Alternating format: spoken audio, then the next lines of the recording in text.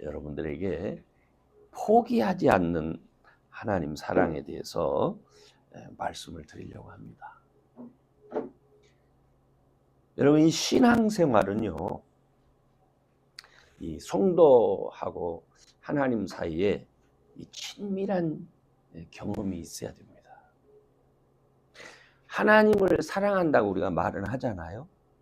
그런데 하나님을 전적으로 의지할 수 있는 그런 경험이 없으면 신앙생활이 자칫 위선으로 치닫습니다.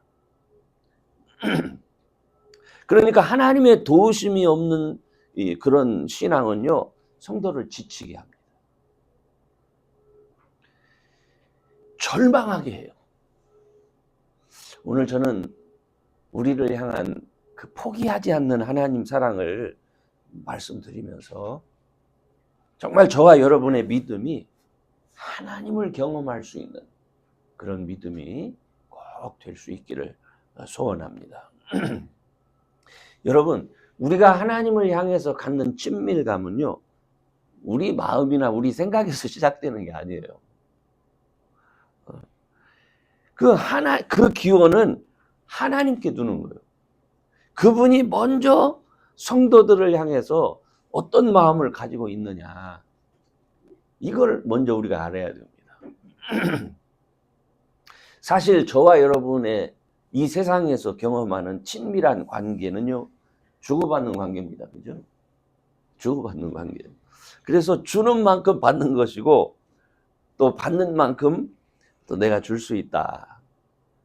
그런 관계를 통해서 우리가 친밀함을 이렇게 쌓아갈 수가 있죠. 그리고 그렇게 될 때 우리가 그 사람과 나는 아주 친밀해, 이렇게 말할 수 있습니다. 그런데 성도를 향한 하나님의 관심은 전혀 우리가 생각하는 것하고는 다릅니다.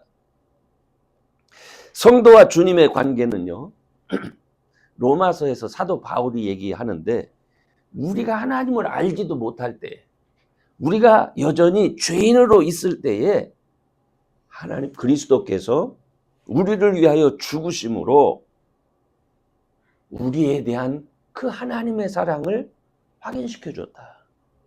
우리가 알지도 못하는데, 그렇잖아요. 여전히 예수님이 십자가에 죽은 거 자기와 상관없다고 생각하는 사람이 많습니다. 그러니까 우리는 그에 대해서 늘 반역하고 대적하고 있는데, 그럼에도 불구하고 그가 우리를 위해서 죽으심으로 그가 얼마나 우리를 사랑하고 계시는지를 확인시켜 줬다. 그래서요, 성도가 하나님과의 관계를 확인하는 방법은 우리의 의지에 또 우리의 노력에 달려 있는 게 아니에요. 그것은 성령 하나님께서 우리를 깨닫도록 인도하실 때 가능한 겁니다. 하나님이 여러분을 깨닫도록 할 때 비로소 하나님이 나를 사랑하시는구나, 이걸 알게 되는 거예요. 그래서 그거를 먼저 하신 사랑이라. 먼저 하신 사랑. 우리가 예수님을 믿고 나서 성령 하나님이 우리에게 오시면, 이 성령 하나님이 우리에게 제일 먼저 하시는 일이 뭐냐면, 우리를 향한 하나님의 사랑을 알려주는 거예요. 내가 너를 얼마나 사랑한 줄 아니? 이런 거죠. 그런 면에서 오늘 호세아의 말씀을 읽었는데요, 이 호세아의 말씀은 하나님의 슬픈 사랑 이야기입니다. 호세아는 그들을 향한 하나님의 사랑을 사람들이 깨닫지 못하고 오히려 하나님을 대적하고 하나님을 마음 아프게 하는 이스라엘에 대해서 말하고 있는 겁니다. 이 아픈, 그 하나님의 아픈 사랑을 전하기 위해서 하나님이 호세아 선지자를 택합니다. 물 좀 주실래요? 이 호세아가 그 아내로부터 버림을 받은, 참 얼마나 바르지 못하면은 그 그 아내에게 버림을 받을까 그런 말을 할 수가 있는데, 이 호세아가 실제로 아내로부터 계속 버림받는 아픔을 경험합니다. 그 괴로움과 그 아픔이 이스라엘 백성에게 당하는 하나님의 마음이었다 하는 그거죠. 그 아내는요, 호세아와 함께 있는 것을 늘 싫어합니다. 늘 다른 사랑을 찾아서 방황을 하는 거예요. 호세아는 다른 곳에 마음을 두고 사는 그런 고매를 끝까지 찾아다닙니다. 이 바본가 싶을 정도로. 그래서 또다시 데려오고 또다시 데려오고 도망가면 또 다시 데려가고 그렇게 반복적인 삶을 사는 거예요. 바로 그런 호세아의 삶의 모습이 이스라엘을 향한 하나님의 마음이다. 그걸 말하고 있는 거예요. 너희를 향한 내 마음이 그렇다. 그걸 말하는 거예요. 남편을 따라서 사람의 꼬임에 빠져가지고 늘 방황하는 이 고멜에게 호세아는 구원자였습니다. 늘 새로운 삶을 마련해주고 다시금 세워주는 사랑꾼인 거예요. 남편이 사준 배물을 장식하고 그걸 가지고 떠나서 자기를 미혹하는 자들 손에 모든 것 빼앗기고 그리고 벌거벗은 채 수치를 당하고 있으면 그런 고멜을 다시 찾아내서 옷을 입히고 다시금 데려와서 가정의 주인으로 삼는 그 호세아가 바로 우리를 사랑하시는 하나님이시다. 그걸 말하고 있는 거예요. 그런데 문제가 뭡니까? 그렇게 해도 이 고멜은 남편의 사랑을 깨닫지 못하는 거예요.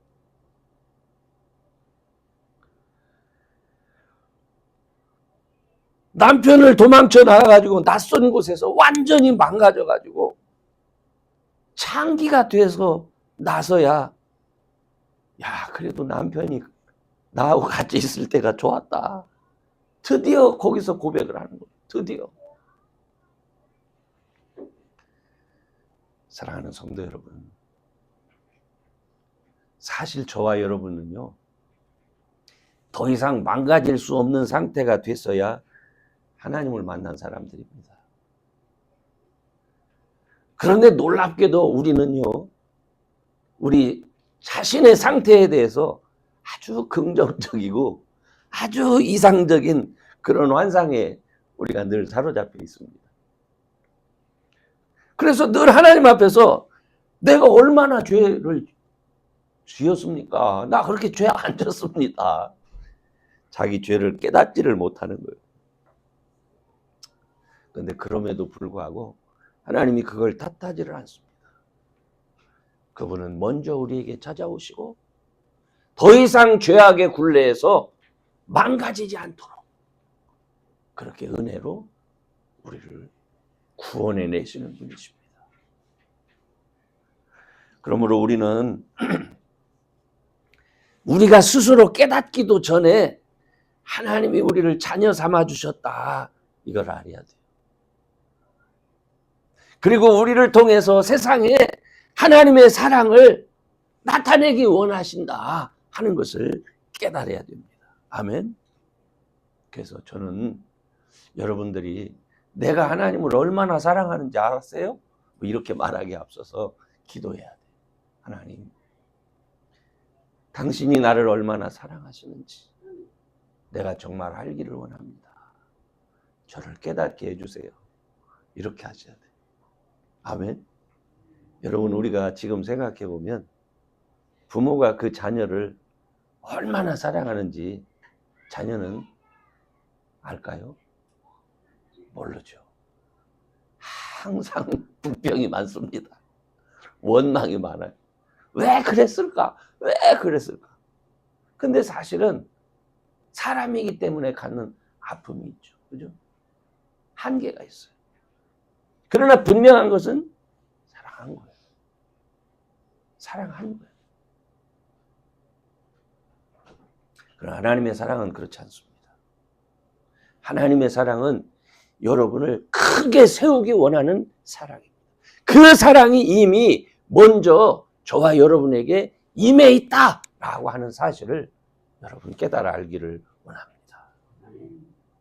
이것을 알기 위해서 어떻게 해야 된다고요? 기도해야 된다.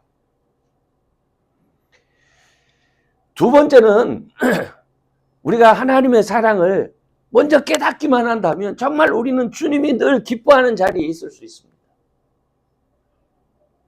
근데 우리가 그걸 깨닫지 못하니까 우리는 하나님이 기뻐하는 자리에 있지를 않아요. 하나님은 이 아픔의 선지자에게 그 백성이 깨닫지 못하고 있음에도 불구하고 내가 그들 사랑한다. 그리고 내가 그들을 버림받은 자리에서 내 백성이 아니라고 아닌 사람들이 사는 그곳에서 지금 헤매고 있는 그들을 내가 찾아가서 다시 내가 그들을 구원해낼 것이다. 이렇게 말씀을 합니다. 사실 이스라엘 사람들은 하나님을 버린 사람들이에요. 그 사람들은 야훼 하나님보다 저 바벨론의 하나님, 바벨론의 신, 아시리아의 신이 더 강하다. 그리고 그 신이 더 재미있다. 우리한테 맞아. 이러면서 하나님을 버리고 간 사람들. 그런데 그 백성에게 우리 하나님께서 다시금 찾아가셔서 그들을 자기의 자녀로 삼으시면서 너희들로 하여금 나를 다시 예배케 하도록 하겠다는 겁니다. 이 얼마나 귀한 말씀인지 몰라요. 하나님이 저와 여러분을 구원해 주실 때에, 우리를 예수 믿게 해 주실 때에 여러분 우리가 어떤 자리에 있었는지 우린 모릅니다. 사도 바울은 그때 너희들은 어둠 가운데 있었다 이렇게 얘기를 합니다. 놀랍게도 우리 자신들이 생각하는 우리의 저주와 형편보다 하나님이 말씀하시는 우리의 자리는 어둠의 자리였고 파멸의 자리였다 이렇게 말씀하는 겁니다. 그런데 놀라운 것은요, 우리가 예수님을 믿으면서 어떤 생각을 하냐면 하나님이 마련해 주시는 새로운 자리로 우리가 가려고 하는 게 아니라 내가 생각하는 좋은 자리로 가려고 합니다. 자기가 세상을 즐기던 바로 그 자리로 자꾸 돌아가려고 그래요. 시간이 다시 주어진다면 그때 내가 재미있게 못 놀아봤던 거, 시간이 다시 주어진다면 그때 하여튼 내가 하고 싶은 거 그거 한번 내 멋대로 하고 싶다 이런 생각을 하는 거예요. 근데 우리는 알아야 됩니다. 우리가 살던 그 자리는 하나님이 원하는 자리가 아니었어요. 그 자리는 멸망의 자리였고 파멸의 자리였어요. 그 자리에서 우리는 영원히 소멸될 수밖에 없는 저주받은 자의 삶을 그 자리에 살았다니까요. 그 자리에서. 그렇기 때문에 우리는 지난 그 자리를 동경하면 안 돼요. 예수를 믿으면서. 하나님을 아버지라고 부르면서 그의 사랑과 은혜를 기다하며 사는 사람은 과거에 내가 생각하는 즐거운 자리가 아니라 만약에 기회가 주어진다면 내 맘대로 하는 그 자리가 아니라 예수님께서 우리를 변화시켜 주셔서 하나님께서 있도록 하는 자리에 우리가 있기를 원해야 돼요. 그 자리는 여러분이 생각하는 자리와 완전히 다릅니다. 주님이 함께하는 그 자리는 우리의 자리와 우리가 생각하던 그 자리와 너무너무 달라요.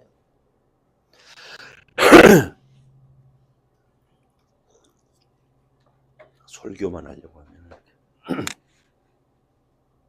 그래서 여러분, 하나님이 여러분에게 마련해서 주려고 하는 장소는 여러분 축복의 자리입니다.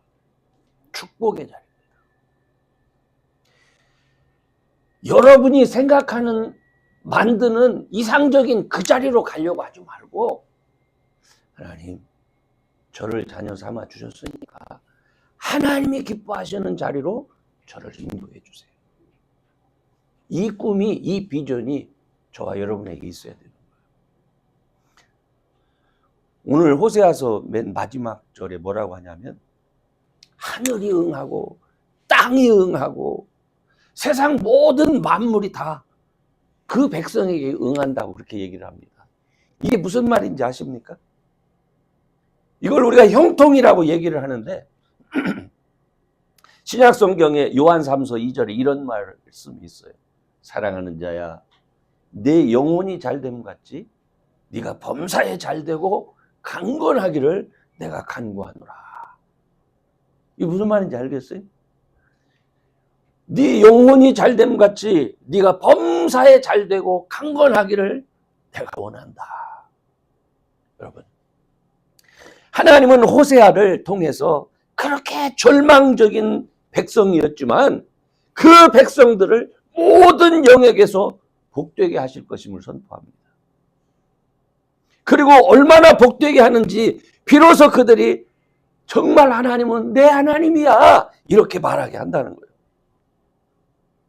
저는요 오늘 여기 앉아 계신 우리 모두가 이런 하나님을 경험하기를 원합니다.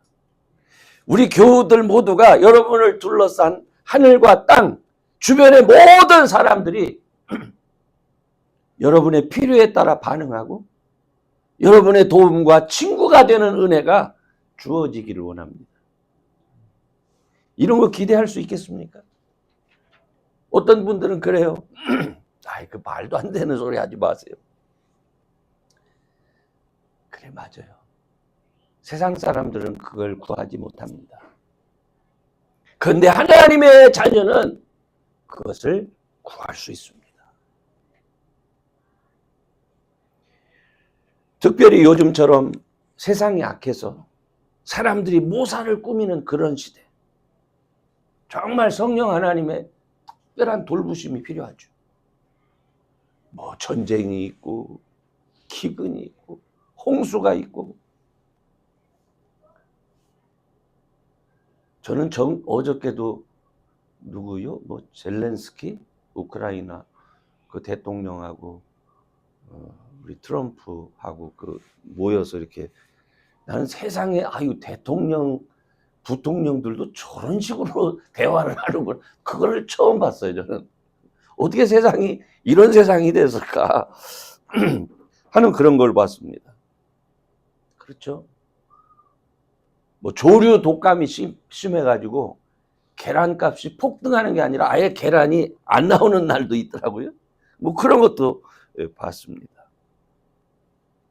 그런데 이런 세상을 살아가면서 내 영혼이 잘됨 같이 범사가 잘 되는 그런 걸 기대하면서 기도할 수 있는 사람, 그건 믿음 있는 사람만 할 수 있는 거예요. 믿음 있는 사람만. 그런데요, 안타까운 것은 호세아가 이 말씀을 전할 때 그 말씀을 듣고 그렇게 기도한 사람은, 그렇게 믿은 사람은 아무도 없습니다. 너무너무 안타까워요. 호세아는 하나님의 심정으로 그들에게 알려주면서 하나님이 너희들을 완벽하게 하늘이 응하고 땅이 응하고 밭이 응하고 모든 곡물이 응하는 너희들은 그런 축복을 받아야 된다라고 말하는데 이 사람들은 그런 걸 기대하지 않습니다. 기도하지도 않습니다. 오히려 비웃습니다. 그래서 결국 호세아가 증거한 대로 그 이스라엘 백성들은 다른 나라에게 완전히 멸망당해서 그 땅에 살지도 못하고 아예 다른 나라로 다 흩어지고 또 다른 나라에 있는 사람들을 그곳에 와서 살도록 해가지고 이스라엘 역사에서 아예 지워지는 그런 엄청난 일을 경험하게 됩니다. 그러나 그럼에도 불구하고 하나님께서요, 약속하신 대로 그 백성들을 지금도 불러가시고 계십니다. 지금도. 저는 그걸 보면서 야, 하나님이 한번 하신 말씀이 이렇게 이루어지는구나. 정말 놀랍습니다. 오늘 저와 여러분이 정말 깨달아야 되는 게 있어요. 우리는 수렁에서 구원받은 사람들이에요. 수렁에서. 정말 그 사랑을 들어도 믿을 수가 없고 깨닫지도 못했지만 그럼에도 불구하고 하나님께서 우리를 예배의 자리로 인도하고 계시다니까요. 그리고 이 자리에서 우리가 믿지도 못하고 생각지도 못한 것을 듣게 하시면서 우리로 하여금 내 영혼이 잘됨 같이 범사에 잘되는 축복을 하나님 앞에 구하라고 말씀하시는 거예요. 우리가 그런 거 구하기나 하겠습니까? 그냥 이렇게 살다가 마는 거지. 세상의 악함 속에서 낙심하고 절망하는 데 익숙해 있는 우리들에게 그런데 익숙하게 절망하지 말고 하나님의 자녀답게 예수의 이름으로 기도하고 하늘이 응하고 땅이 응하고 그 땅에서 나는 모든 곡물들이 너희들에게 응하는 것을 경험하라는 거예요. 이게 얼마나 큰 축복의 말씀입니까? 저는 여러분을 둘러싼 모든 일이 여러분으로 하여금 내가 정말 하나님의 택하심을 받은 자녀구나 하는 것을 확인할 수 있는 근거가 되기를 주의 이름으로 축원합니다. 아멘. 그래서 결론적으로 말씀을 드릴게요. 믿음은요, 우리가 하나님에 대해서 어떤 일을 한 것이 그게 믿음이 아니에요. 믿음은 하나님께서 나를 위해서 무엇을 하셨고 또 지금도 어떤 일을 하고 계시고 앞으로도 어떤 일을 하실 것인지를 기대하며 신뢰하는 게 그게 믿음이에요. 하나님이 나를 위해서 하실 일. 그래서 나를 사랑하시는 하나님에 대한 신뢰가 크면 클수록 우리는 하나님과 친밀한 교제를 할 수 있어요. 기도 아무나 못해요. 새벽마다 나와서 기도해요. 근데 어떤 날은 기도하기 싫어요. 그런데 몸을 일으켜 세우는 이유가 있어요. 하나님이 내 기도를 들으신다는 믿음이 있기 때문에 그래요. 내가 이 시간에 나가서 하나님을 찾지 않으면, 그죠? 나에게 손해잖아요. 하나님과 친밀한 교제를 나눌 수가 없잖아요. 그래 일어나는 거예요. 그 친밀한 관계는 내가 하나님이 누구신지도 알기도 전에 그분이 먼저 나를 찾아와서 나를 믿음의 길에 세워주셨기 때문에 시작된 거예요. 그분이 나를 사랑하고 계심을 내가 깨닫기 때문에 이제 시작된 거예요. 여러분, 하나님이 여러분을 얼마나 사랑하시는지 아시겠습니까? 안 믿어지잖아요. 모르겠습니다. 그러니까 내가 모르니까 구하지도 않잖아요. 그러나 여러분, 하나님은 정말 여러분을 사랑하십니다. 여러분이 몰라서 안 믿음에도 불구하고 여러분을 사랑하십니다. 그렇게 사랑하면서 하나님이 우리에게 뭐라고 말씀하시느냐? 네가 여태까지 상상하지도 못했던 것, 네가 여태까지 감히 구하지도 못했던 것, 그런 거 한번 구해봐라. 그 얘기하시는 거예요. 내 영혼이 잘됨 같이 내가 범사에 형통하게 되는 그런 사람이 되기 위해서 너 한번 구해봐라. 아멘? 네. 그럼 여러분, 우리의 부족함에도 우리가 연약하고 부족하지요. 그렇지만 포기하지 않으시고 여전히 다가와서 나를 사랑해 주시면서 기도의 자리로, 예배의 자리로 인도하시면서 범사의 형통이란 그런 축복을 경험하게 하시는 그런 하나님 앞에 힘써 나아가시기를 바랍니다. 아멘. 그래서 그 사랑 의지해서 그의 도우심을 구하면서 이전보다 더 친밀한 교제 이루어 가시는 그런 저와 여러분 되시기를 주의 이름으로 축원합니다. 기도합시다.